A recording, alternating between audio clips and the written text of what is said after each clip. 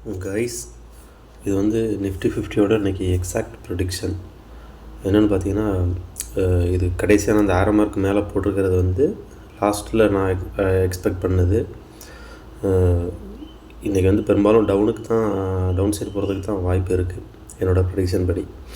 எப்படின்னு பார்த்தீங்கன்னா, இன்றைக்கி இதிலேருந்து அதாவது இந்த ரெண்டாவது க்ரீன் ஸ்டோன் இருக்குல்ல, இந்த ப்ளூ ஆரோ மார்க் போட்டிருக்கேன்ல, இதிலேருந்து அப்படியே மேலே ஏறிச்சுன்னா மேலே இன்றைக்கி பழைய லெவலில் கூட ரீச் பண்ணுறதுக்கு வாய்ப்பு உண்டு. இன்றைக்கி இல்லை, அடுத்த சில நாட்களில் பழைய லெவலில் மேலே ஏறி இல்லைனா அடுத்த நியூ ஹைஸ் எல்லாம் தொடுறது கூட வாய்ப்பு இருக்குது.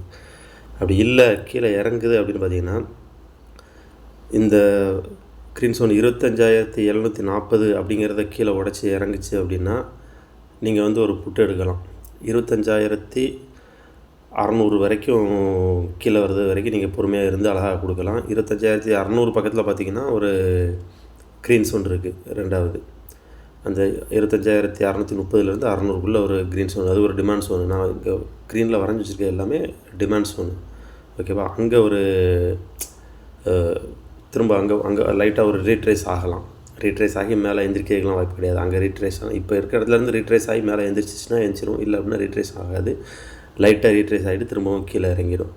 அடுத்து அதுலேருந்தும் அந்த க்ரீன் ஸ்டோனையும் 25,600 பக்கத்தில் இருக்க க்ரீன் ஸ்டோனையும் உடச்சிச்சு அப்படின்னு சொன்னாக்க 25,430 390 அந்த க்ரீன் ஸ்டோன்லேயும் ஒரு ஸ்ட்ராங்கான டிமாண்ட் சப்போர்ட் இருக்குது. அதனால் அங்கேருந்தும் திரும்ப கொஞ்சம் ரீட்ரேஸ் ஆகும். கொஞ்சம் நேரத்துக்கு கன்சாலிடேஷனில் ரீட்ரேஸ் ஆகலாம் மேலே நிற்கி, இல்லை அப்படின்னா கன்சாலிடேஷனில் ரொம்ப நேரம் நிற்கிறதுக்கான வாய்ப்பு இருக்குது. அதையும் உடச்சிச்சின்னா மார்க்கெட் மேபி வார் டென்ஷன் அதுங்கிறதுனால கிராஷ் மாதிரி இருக்கலாங்கிறது என்னோடய கணிப்பு. இது கரெக்டாகிற பட்சத்தில் ஏன் கரெக்டு, நான் அதை எப்படி கணிச்சேன் அப்படிங்கிறதையும் நான் உங்களுக்கு சொல்கிறேன். தேங்க்யூ. சேஃபாக ட்ரேட் பண்ணுங்கள்.